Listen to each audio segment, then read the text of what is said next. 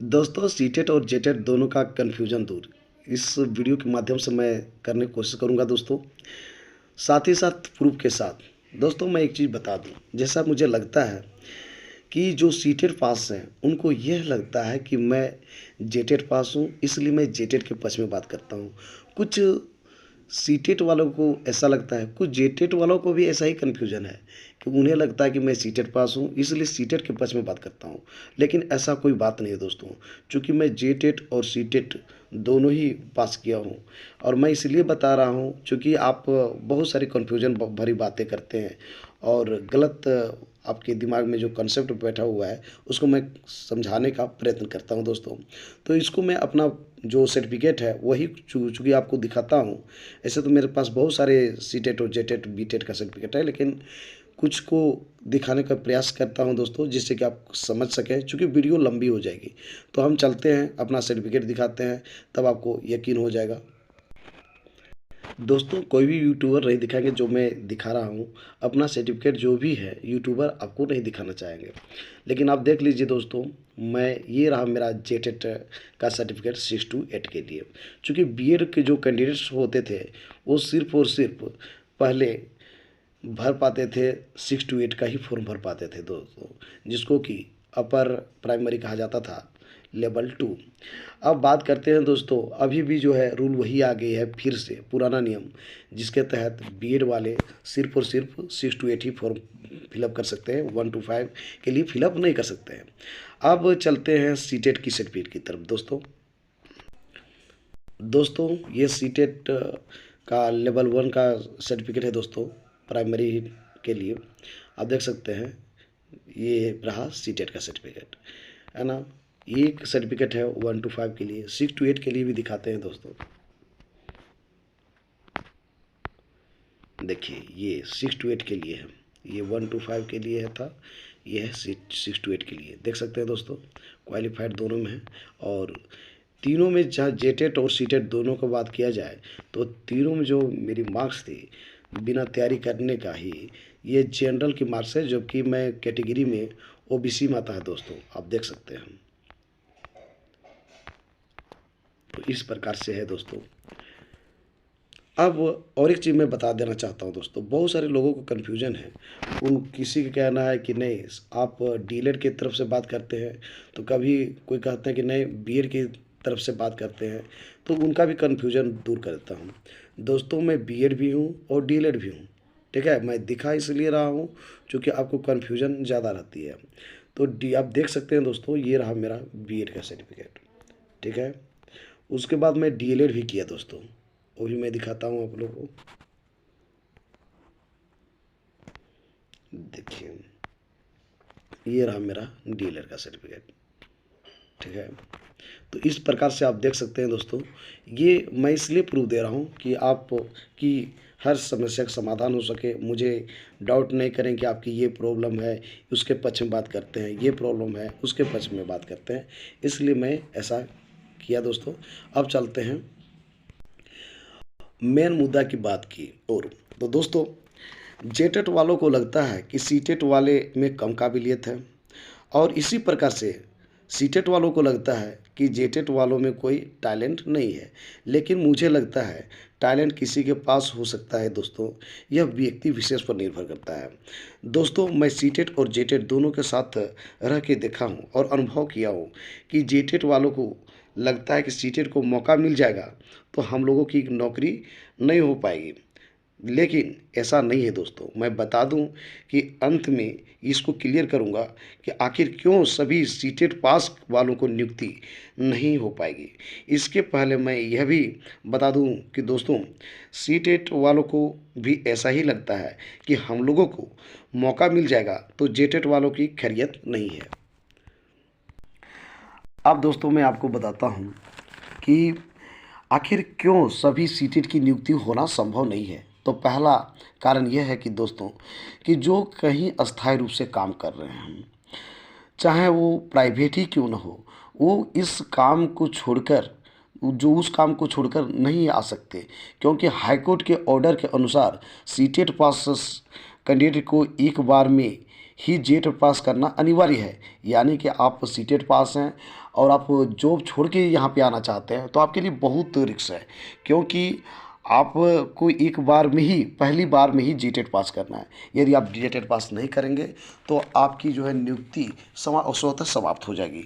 तो ये जिस प्रकार से कोर्ट का ऑर्डर आया है दोस्तों, तो किसी के लिए दिक्कत होगा। फॉर एग्जांपल जो दोस्तों जो पारा शिक्षक है, कहीं न कहीं वो एक अस्थाई शिक्षक के रूप में अभी हो गए हैं दोस्तों, और यदि वो आ जाते हैं तो उनके लिए बहुत टेंशन हो जाएगा, क्योंकि जॉब छोड़ने के बाद पुनः उसे मिलेगी नहीं, क्योंकि वो रिजाइन देंगे तभी तो यहाँ पे आ पाएंगे।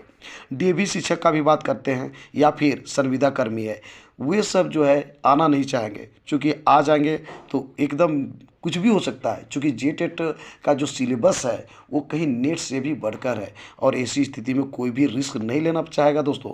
भले ही फॉर्म भर देगा, कंपटीशन पास भी कर जाएगा, लेकिन ज्वाइनिंग लेगा ऐसा कोई श्योर नहीं है। ठीक है, तो ज्वाइनिंग लेटर लेने से डरेंगे सभी। दूसरी बात दोस्तों, जेटेट पास वाले कहते हैं कि 2012 नियमावली में कोई संशोधन नहीं किया जाना चाहिए, लेकिन मैं बता दूं दोस्तों, नियमावली में बहुत सारी चीज़ें बदलना होगा। जैसे जीटेट की वैलिडिटी उस समय के अनुसार मात्र 5 वर्ष थी, लेकिन अभी आजीवन कर दी गई है इसकी वैलिडिटी। एनसीटी का गाइडलाइंस यह बताता है कि भारत के सभी राज्यों को राज्य शिक्षक पात्रता परीक्षा वर्ष में 2 बार लेना है। नहीं हो पाता है तो कम से कम एक बार अवश्य लेना है। यदि ऐसा राज्य सरकार नहीं कर पाती है तो वैसी स्थिति में सीटेट पास को आप राज्य में मौका दे सकते हैं। खैर, इस बात को छोड़ देते हैं, आते हैं इस बात पर कि आखिर क्यों पड़ी शिक्षक पात्रता परीक्षा पास अभ्यर्थियों को नियुक्ति परीक्षा में बैठना अनिवार्य। तो दोस्तों मैं आपको बता दूं, इसका बहुत सारे कारण हैं। पहला कारण ये है, झारखंड बोर्ड की अपेक्षा सीबीएसई बोर्ड, आईसीएसई बोर्ड में अधिक अंक दिए जाते हैं। पिछली बार 2015 में देखा गया कि उच्च प्राथमिक यानी 6 to 8 में 97% लोगों की नियुक्ति सिर्फ और सिर्फ सीबीएसई बोर्ड वालों की हुई थी। यानी कि जो झारखंड से पास किए थे, पढ़ाई किए थे मैट्रिक इंटर, उनकी नियुक्ति नहीं हो पाई दोस्तों। आपको लगता है तो आप अनुभव कर सकते हैं, देख सकते हैं अगल बगल में जो झारखंड से पढ़ाई किए थे उनकी उच्च प्राथमिक में 6 to 8 में ज्वाइनिंग नहीं हो पाई थी दोस्तों। अब बात करते हैं, यही कारण है कि लोगों ने खून पसीना बहाकर जो झारखंड के से पढ़ाई किए हैं, उन लोगों ने रघुवर दास को चक्का जाम कर दिया था दोस्तों। और उन लोगों ने ये कहा था, अब एक ऐसा परीक्षा लीजिए जिससे सभी बोर्ड के अभ्यर्थियों को समानता का अधिकार मिल सके और हम लोगों को सिलेक्शन भी नियुक्ति में हो सके, यानी नियुक्त हो सके। तो इसलिए दोस्तों उन्होंने बहुत गिड़गिड़ाया था सभी स्टूडेंट्स ने, और दिखाया था अपना दम, और रघुवर सरकार को ये जताया था कि सर आप यदि हम लोग नहीं करते हैं, चूँकि हम लोग झारखंड के हैं और झारखंड का लड़का को ही दरकिनार किया जाएगा तो आपके लिए ये सही नहीं होगा, जिसका खामियाजा रघुवर सरकार को भुगतना पड़ गया दोस्तों। दूसरी बात करते हैं हम कि सीधी नियुक्ति में कम से कम 3 वर्ष चाहिए पूरा करने में, क्योंकि सभी लोग अपने क्षेत्रीय भाषा के अनुसार फॉर्म भरते हैं और जहाँ जहाँ जिस जिले में उसका क्षेत्रीय भाषा होता है वहीं पर अप्लाई कर सकते हैं। तो वैसी स्थिति में बहुत ज़्यादा समय लग जाता है दोस्तों। तीसरी बात यह है, अब बारी आती है सिलेक्शन का। तो दोस्तों जब फॉर्म भरते हैं तो सिलेक्शन जैसे होता है, तो सिलेक्शन जिसका भी होता है उसका हर जिला में हो जाता है। यानी जिस क्षेत्रीय भाषा में, मान लीजिए एक खोटा एक क्षेत्रीय भाषा है, तो खोटा के जो अभ्यर्थी होते हैं वो 13 जिला में अभ्यर्थी अप्लाई कर सकते हैं। अब 13 जिला में क्या होता है कि 13 जिला में सिलेक्शन होगा तो सभी 13 जिला में हो जाता है, और यदि नहीं होगा तो कहीं नहीं होता है दोस्तों। तो ये भी कारण है। अब बात करते हैं चौथा पॉइंट दोस्तों, यहाँ सर्टिफिकेट फर्जी का बोलबाला रहता है। इसे पूरा करने का जिम्मा डीएससी यानी जिला शिक्षा अधीक्षक को दिया जाता है, जिससे उस समय ओरिजिनल और डुप्लीकेट सर्टिफिकेट का पहचान करना बड़ा मुश्किल होता है, क्योंकि दोनों सर्टिफिकेट बिल्कुल सेम टू सेम दिखते हैं, पता ही नहीं चल पाता है उस समय दोस्तों। जिसके के कारण जो होता है कि सिलेक्शन हो जाती है और साल 2 साल के बाद पता चलता है। यही कारण है कि अभी तक बहुत सारे ऐसे फर्जी सर्टिफिकेट वाले हैं जो कि अभी अभी पता चल रहा है, और अभी कई साल लग जाएगा, उसका कोई ठिकाना नहीं है। आप न्यूज़पेपर के माध्यम से देख सकते हैं दोस्तों। यही सब कारण है कि गवर्नमेंट ने निर्णय लिया था कि जेटेट मेंस का आयोजन किया जाना जरूरी है और ये निर्णय झारखंड के अभ्यर्थियों को देखते हुए लिया गया था दोस्तों। एक बात और बता दूं दोस्तों, यदि सीटेट और जेटेट एक मंच पर नहीं आएंगे तो मैं बता दूं कि 21 जनवरी 2024 को जो सीटेट का एग्ज़ाम है, इस एग्ज़ाम को पास करके लगभग लाखों अभ्यर्थी आ जाएंगे, इस नियुक्ति प्रक्रिया को या फिर नियुक्ति का दावेदार हो जाएंगे दोस्तों। इसलिए दोस्तों आप लोग से रिक्वेस्ट है, मिलकर रहिए और अपना एक जगह पक्का कीजिए, इसके लिए तैयारी कीजिए।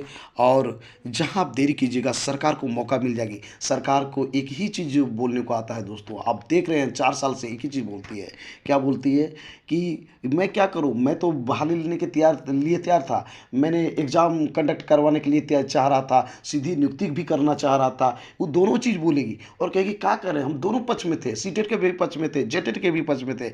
लेकिन क्या था, बीजेपी वाला ना, बीजेपी वाला हमको परेशान कर दिया, बीजेपी वाले ने उल्टा पुल्टा कर दिया, जिससे के कारण बहाली खत्म हो गया, ऐसे हो गया वैसे हो गया, कुछ ना कुछ बहाना करके निकल जाएगी। और कोर्ट ने भी ऐसा डिसीजन दिया है दोस्तों जो जेटेट के भी पक्ष में है और सीटेट के भी पक्ष में है, यानी दोनों को लड़ाने का अच्छा मौका मिल गया है। हालांकि कोर्ट को इसमें एक डिसीजन देना चाहिए कि जिसमें दोनों के लिए एक ऐसा मोड़ आ जाए कि दोनों को दोनों शामिल हो जाए और दोनों को उसमें बेनिफिट हो जाए दोस्तों।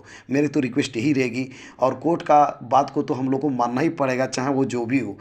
अंत में मेरा यह वीडियो अच्छा लगा दोस्तों तो इस वीडियो को कीजिए लाइक, इस चैनल को कीजिए सब्सक्राइब और ज़्यादा से ज़्यादा दोस्तों को शेयर कीजिए इस वीडियो को दोस्तों, जिससे कि सभी को सही जानकारी मिल सके। तो दोस्तों मिलते हैं एक नए वीडियो में, तब तक के लिए बाय बाय।